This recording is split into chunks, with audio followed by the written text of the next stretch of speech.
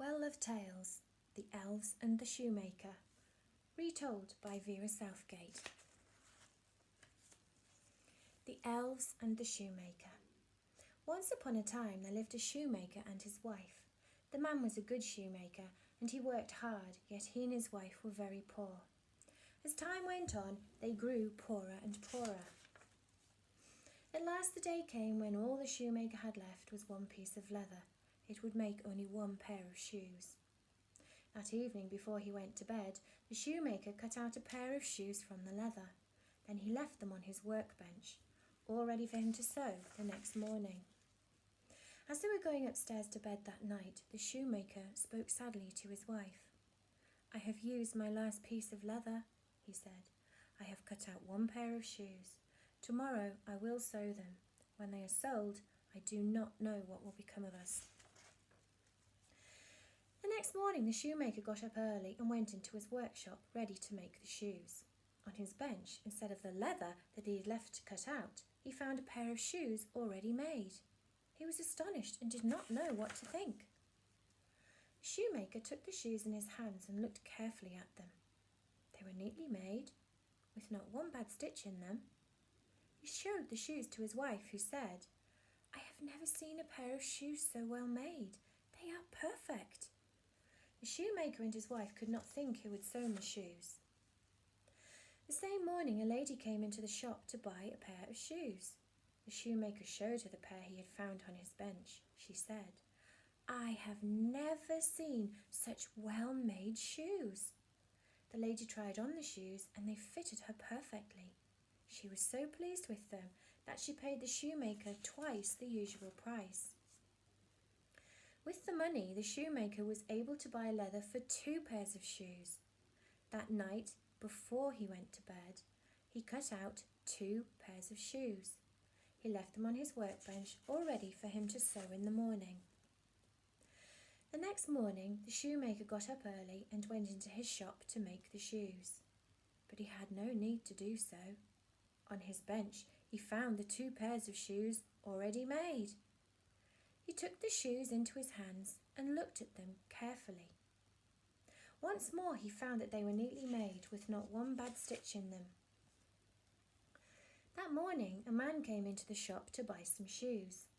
The shoemaker showed him the 2 pairs of shoes he had found on his bench. The man said, "I have never seen such well-made shoes." He was so pleased with them that he bought both pairs of shoes. He paid the shoemaker twice the usual price. With the money, the shoemaker was able to buy leather for 4 pairs of shoes. That night, before he went to bed, he cut out 4 pairs of shoes.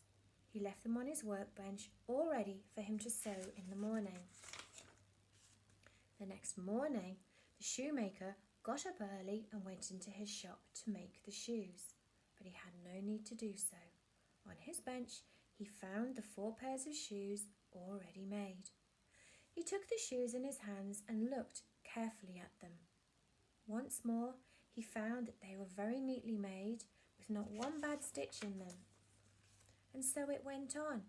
Every night, the shoemaker cut out some shoes and left them on the workbench. Every morning, he found the shoes all neatly made. Many rich customers came to his shop to buy these perfect shoes, so, in time, the shoemaker and his wife became rich.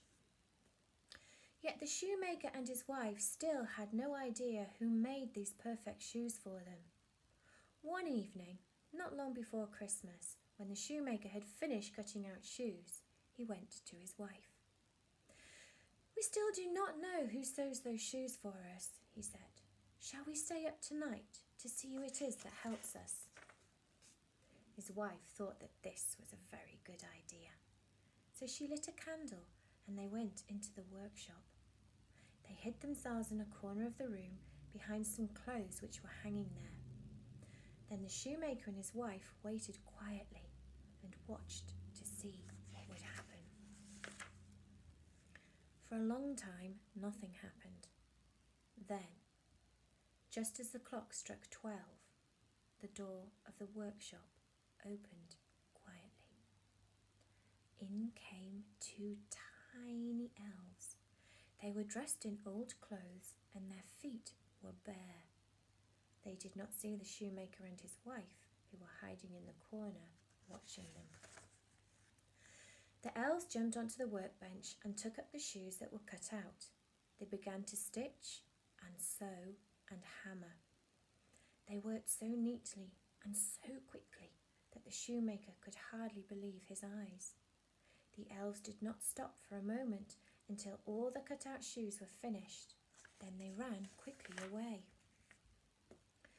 The next morning at breakfast, the shoemaker asked his wife, "How can we thank these little elves who have made us so rich and so happy?" "I know what we can do," said his wife. "We can make them new clothes and shoes. Their own clothes are ragged and their feet are bare." During the evenings that followed, the shoemaker and his wife began to make new clothes for the elves. The shoemaker chose the softest leather he could find. He cut out 2 of the tiniest pairs of shoes you have ever seen. Then he stitched the shoes as carefully as ever he could. The shoemaker's wife cut out 2 white shirts, 2 small green jackets, and 2 pairs of trousers to match. She sewed them with tiny stitches. She made 2 little caps, each with a feather in it. She also knitted 2 pairs of wee white stockings. By Christmas Eve, the tiny clothes and shoes were finished. The shoemaker cleared the leather and the tools from his workbench. He and his wife laid their presents on the bench instead of the usual work. Then they hid themselves as they had done before and waited to see what the elves would do. Just as the clock struck 12, the door opened quietly as before. The 2 elves came running in. They still wore old clothes and their feet were blue with cold. They jumped onto the bench, ready to work at once. But there was no leather on the bench, only the tiny clothes. The elves were astonished at first, and then they were delighted. In no time at all, they were out of their old clothes.